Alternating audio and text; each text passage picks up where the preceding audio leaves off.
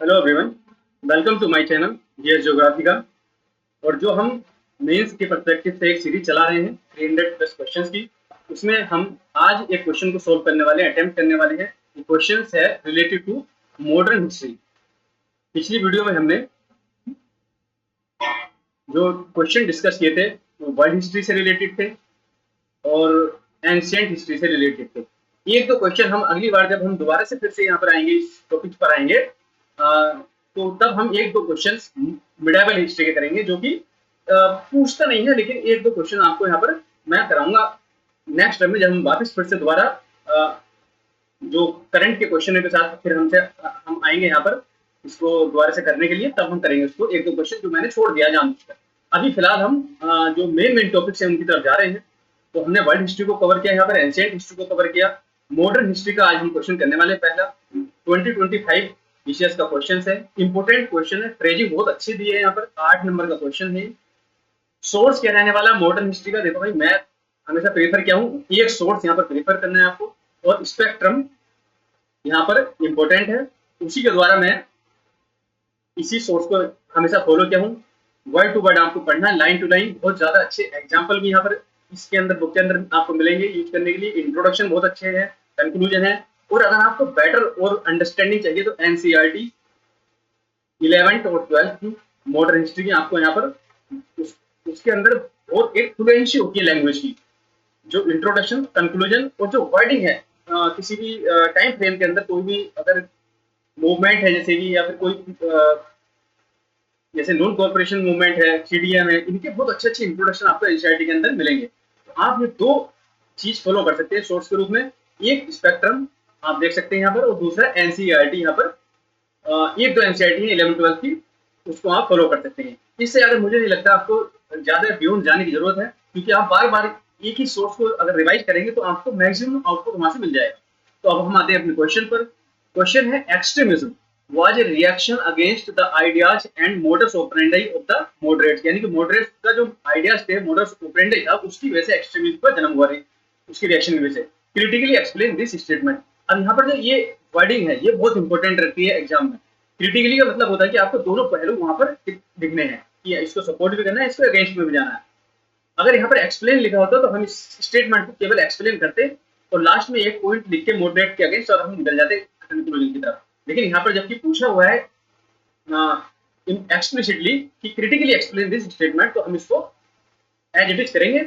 और 8 नंबर का क्वेश्चन है, आपके पास ज्यादा स्पेस नहीं होता है, 2 पेज होते हैं, तो मैं यहाँ पर थोड़ा सा एक्स्ट्रा भी इंफॉर्मेशन दे रहा हूँ, लेकिन आपको बहुत स्मॉल इंफॉर्मेशन यहाँ पर पुट करनी होती है बहुत कम शब्दों में। तो आपके पास एप्ट नॉलेज होनी चाहिए, एकदम कंसाइज फॉर्म में नॉलेज होनी चाहिए। तो शुरू करते हैं हम इंट्रोडक्शन के साथ। सबसे पहले तो है introduction, the rise of extremism faction within Congress. ये आपको इंटरलाइन करना है, within Congress in the early 20th century. अब यहाँ पर देखो, आपने दो चीजें आपने एग्जामिनर को पकड़ा दी गई कि जो एक्सट्रीमिस्ट फैक्शन था, ऐसा नहीं था कि अलग से राइज हुआ, ये विद इन कांग्रेस था। जो कांग्रेस फॉर्म हुई थी 1885 में, उसी के अंदर जो बड़े बड़े लीडर थे, उसी के अंदर एक छोटा सा फैक्शन वहां पर फॉर्म हुआ विद इन कांग्रेस। तो ये एक additional information in that early 20th century. ये टाइम पीरियड आपने यहाँ पर बता दिया कि कहां से कौन से टाइम पीरियड में ये घटना चल रही है।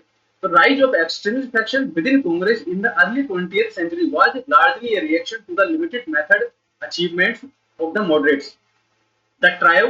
अब यहाँ पर आपको एक्स्ट्रा इंफॉर्मेशन ऐड करनी है इंट्रोडक्शन में। छोटा सा इंट्रोडक्शन रहेगा, अगर आप इसको कॉपी में लिखेंगे तो ज्यादा बड़ा इंट्रोडक्शन नहीं है।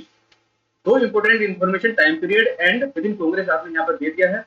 उसके बाद द ट्रायो, ये कोई भी एग्जामिनर को या कोई भी जो हिस्ट्री को थोड़ा बहुत जानता है उसको पता रहेगा। इसको शॉर्ट फॉर्म में आपको लिखना है, लाल बाल पाल, यानी कि लाला लाजपत राय, बाल गंगाधर तिलक एंड बिपिन चंद्र पॉल। तो द ट्रायो, इसलिए मैंने यहाँ पे लिखा the trio Lal Bal Pal leaders believed that constitutional agitation alone could not secure India's freedom. तो इनका जो ऑब्जेक्टिव था वो बिल्कुल एकदम थोड़ा सा अपोजिट था मॉडरेट्स की, क्योंकि मॉडरेट्स हमसे क्या करते थे, कॉन्स्टिट्यूशनल रिफॉर्म्स की बात करते थे। तो ये एक इंक्लूसिव इंट्रो हो गया। ऐसा नहीं है कि ये एकदम एक्सक्लूसिव बेस्ट इंट्रोडक्शन है, इससे बेटर भी बहुत सारे इंट्रोडक्शन होते हैं। तो आप इसको ट्राई करिए अपने तरीके से लिखने का। ये मैंने यहाँ पर लिखा है और मुझे लगता है कि ये गुड इंट्रो है मेरे हिसाब से। बाकी आप अपने हिसाब से एक इंट्रोडक्शन जैसे भी आपको बनाना चाहे बना सकते हैं, क्योंकि ये इंपॉर्टेंट टॉपिक्स है, मॉडरेट वर्सेस एक्सट्रीमिस्ट। इस जो टॉपिक्स के अंदर से हम एक बार मैं फिर से बताऊंगा आपको वीडियो में कि जब हम किसी और दिन बात करेंगे मॉडर्न हिस्ट्री की, और उसमें मैं आपको थोड़ा सिलेबस के बारे में बताऊंगा, तब मैं आपको बताऊंगा कि मॉडरेट वर्सेस एक्सट्रीमिस्ट क्यों इंपॉर्टेंट टॉपिक्स है और यहाँ से क्वेश्चन पूछे जाते हैं। तो ये इंट्रोडक्शन ऐसा नहीं है कि बस इसी क्वेश्चन का ये लिखना है। अगर आपको एक्सट्रीमिज्म का कोई क्वेश्चन आता है तो आपको इसी के अराउंड घुमाना है, इसी इंट्रोडक्शन के। ठीक है, चलिए चलते हैं फिर बॉडी की तरफ।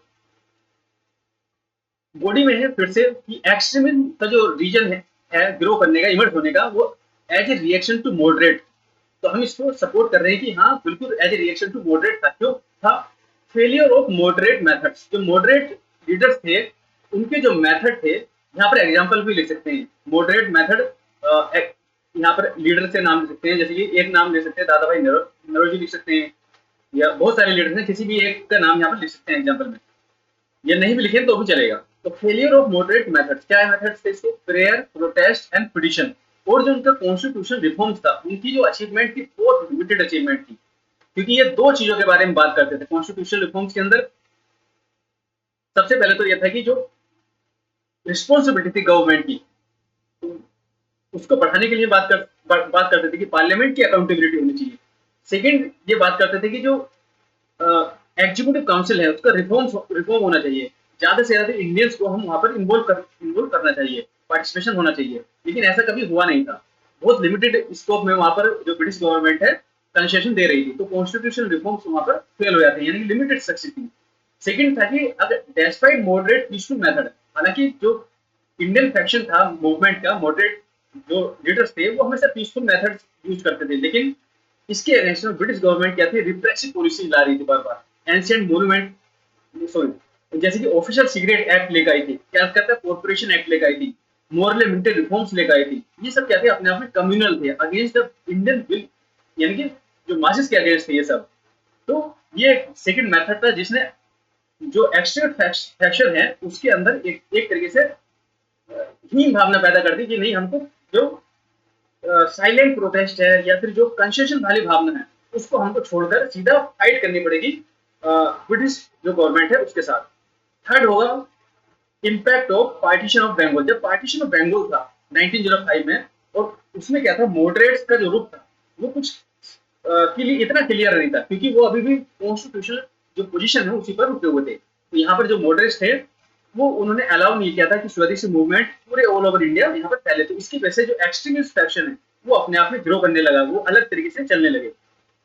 ये तीन चार यहाँ पर पॉइंट आपको यहाँ पर लिखने हैं, और भी बहुत सारे पॉइंट हो सकते हैं, जैसे कि इमरजेंस ऑफ, छोटे छोटे पॉइंट आपको यहाँ पर लिखने, एक या दो लाइन के अंदर पॉइंट लिखने, लेकिन हमेशा याद रखिएगा प्रायोरिटी आपको देनी पड़ेगी। जब भी आपको टॉपिक पढ़ रहे हैं उसके अंदर अगर 5 पॉइंट हैं तो आपको प्रायोरिटी डिसाइड करनी पड़ेगी कि 3 पॉइंट तो मुझे ये इंपॉर्टेंट याद करने हैं, और जो मुझे इंपॉर्टेंट 3 पॉइंट्स हैं ये मुझे एग्जाम में लिखने हैं।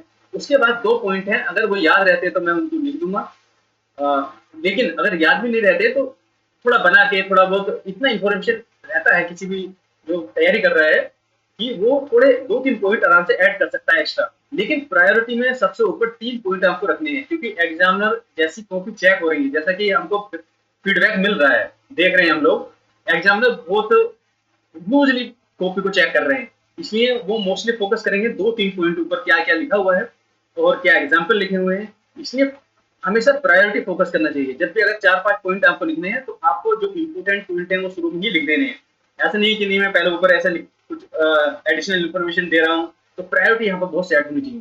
तो ये 3 जो पॉइंट मैंने बताए हैं, इसके अलावा बहुत सारे पॉइंट है, आप किसी को भी प्रायोरिटी बनाकर लिख सकते हैं, लेकिन जो 3 पॉइंट है ये इंपोर्टेंट पॉइंट है।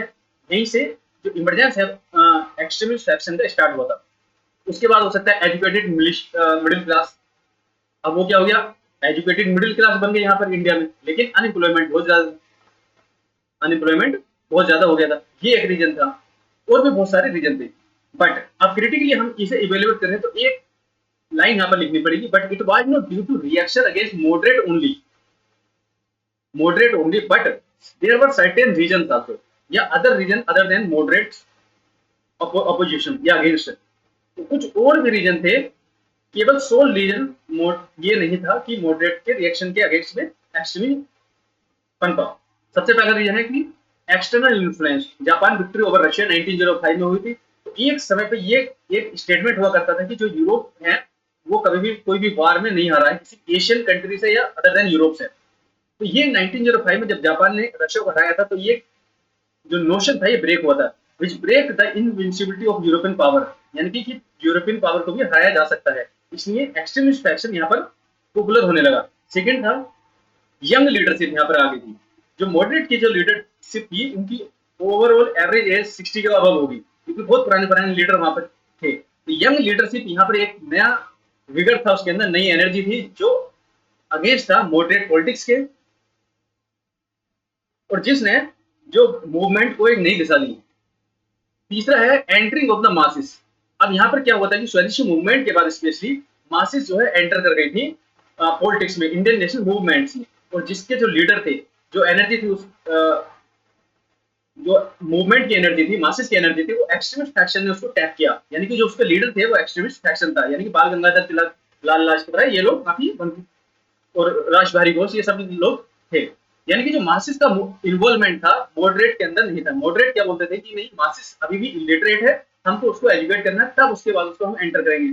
तो एक्सट्रीमिस्ट बोले कि नहीं, हम इतना वेट नहीं कर सकते, सीधे मासिस को हम एंटर कर रहे हैं। तो ये एक बहुत बड़ा रीजन था। इसको आप चाहे तो पहले फैक्शन में आप देख सकते हैं, ये भी एक बड़ा रीजन था मॉडरेट के अगेंस्ट जाने का।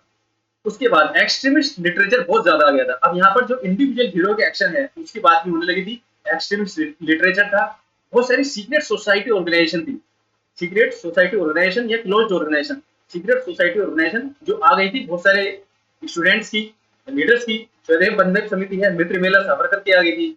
तो ये सब एक यहाँ पर एक रीजन प्ले किया कि जो लोगों के अंदर एक भावना थी अगेंस्ट ब्रिटिश बहुत ज्यादा बढ़ने लगी। उसके बाद revival of concession consciousness, revival of consciousness among masses, यानी कि जो मासिस है वो फील करने लगी, कनेक्ट करने लगी इंडियन नेशनल मूवमेंट से, क्योंकि उनको पता चलने लगा कि हम क्या कर रहे हैं।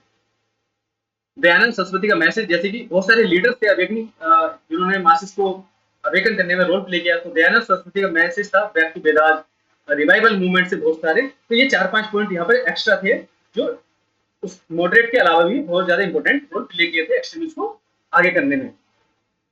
उसके बाद कंक्लूजन। अब ये ऐसा नहीं है कि कंप्लीट इंफॉर्मेशन है, लेकिन 8 नंबर के हिसाब से मुझे लगता है कि काफी इंफॉर्मेशन है। अगर आप इसको और ज्यादा पॉइंट यहाँ पर ऐड कर सकते हैं और ज्यादा एग्जांपल यूज कर सकते हैं यहाँ पर, तो ऐसा नहीं है, लेकिन इस तरीके से फॉर्मेट आपको यहाँ पर करना पड़ेगा। कंक्लूजन आपको यहाँ पर लिखना है कि despite moderate approach, extremist moderate की जो भी अप्रोच रही हो, extremist build upon the political foundation led by them. यानी कि एक्सट्रीमिस्ट ऐसा नहीं था कि उन्होंने अपना नया रोड तैयार किया था, बस उन्होंने जो रोड चल रहा था, एक पाथ जिस पे चल रहे थे, उसको और फास्टर कर दिया था। तो वो फास्ट कैसे होता है, जो बनी हुई रोड की जो मॉडरेट की, उसको थोड़ा फास्ट पेस, यानी कि उस पर थोड़ा तेजी से चलने लगे थे। तो despite moderate approach, extremist build upon the political foundation led by them, they transformed the movement from politics of mendicancy to mass based nationalism। ये आपका यहाँ पर कंक्लूजन हो जाएगा। यानी कि जो ये पॉलिटिक्स ऑफ मेंडिकेंसी, यानी कंसेशन, पॉलिटिक्स ऑफ कंसेशन वाली, कि हमको ये मांग रहे हैं और हमको ये मिल जाना चाहिए, तो दिया नहीं दिया ब्रिटिश लोगों ने, तो कोई दिक्कत नहीं, लेकिन कंसेशन हमको चाहिए था। राइट बेस्ड अप्रोच नहीं थी यहाँ पर कि हमको चाहिए, ये हमारा राइट है, हम इसको चाहिए। तो ये जो एक्सट्रीमिस्ट लोग आए थे, इन्होंने ट्रांसफॉर्म किया उस मूवमेंट को, जिसे पॉलिटिक्स ऑफ मेंडिकेंसी को मास बेस्ड नेशनलिज्म। ये आपका यहाँ पर कंक्लूजन रहने वाला है।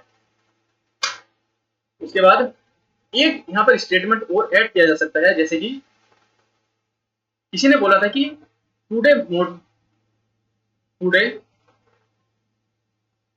एक्सट्रीमिस्ट, इससे भी इसको कंक्लूड कर सकते हैं। एज समवन सेड, मुझे पता नहीं किसने बोला था कि today extremist will be moderate या future moderate, today extremist will be moderates in future, they will be called future moderates as today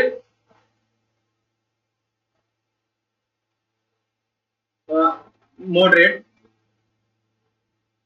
were known as extremist in past, extremist in past। यानी कि जो past में moderates थे उनको भी British लोग क्या बोलते थे, एक्सट्रीमिस्ट बोलते थे। लेकिन प्रेजेंट में क्या हो गया, वही मॉडरेट, वही एक्सट्रीमिस्ट क्या हो गए, प्रेजेंट में मॉडरेट हो गए, और जो आज एक्सट्रीमिस्ट बोले जा रहे हैं, फ्यूचर में मॉडरेट कहलाए जाएंगे। यानी कि समय की एक अवधारणा होती है। किसी ने बोला था ये स्टेटमेंट, एग्जैक्टली मुझे याद नहीं रहा, लेकिन इसका जो करेक्ट है वो यही है। इसके द्वारा भी आप यहाँ पर कंक्लूड कर सकते हैं, ये अभी मेरे दिमाग में आया। तो ये आपको ध्यान रखना पड़ेगा कि आपको इंट्रो और कंक्लूजन कैसे यहाँ पर लिखने हैं, और ये पहले से फिक्स होने हैं। क्योंकि चाहे स्टैटिक पोर्शन है, डायनेमिक्स हो, फ्लेक्सिबिलिटी थोड़ी सी रहती है, उसको चेंज करते रहिए। लेकिन आपको 4-5 2-3 इंट्रोडक्शन हर टॉपिक्स के, जो बड़े टॉपिक्स हैं उनके आपको एटलीस्ट याद करके जाने पड़ेंगे, ताकि आपको बहुत कम समय में आप एग्जाम जो पेपर है उसको सोल्व कर सके। तो किस इंफॉर्मेशन के साथ आपको इंट्रो लिखना है, कैसे यहाँ पर बॉडी लिखनी है, ये मैंने आपको बताया कंक्लूजन। तो मिलते हैं आपसे नेक्स्ट वीडियो अगेन, फिर नए किसी टॉपिक के साथ, नए क्वेश्चन के साथ, मॉडर्न हिस्ट्री के। अभी हम 4-5 क्वेश्चन करेंगे, और मैं फिर थोड़ा सिलेबस के बारे में भी मैं डिस्कस करता हूँ नेक्स्ट वीडियो में। तो तब तक के लिए लाइक, शेयर एंड सब्सक्राइब, और मिलते हैं आपसे नेक्स्ट वीडियो में। Thank you everyone.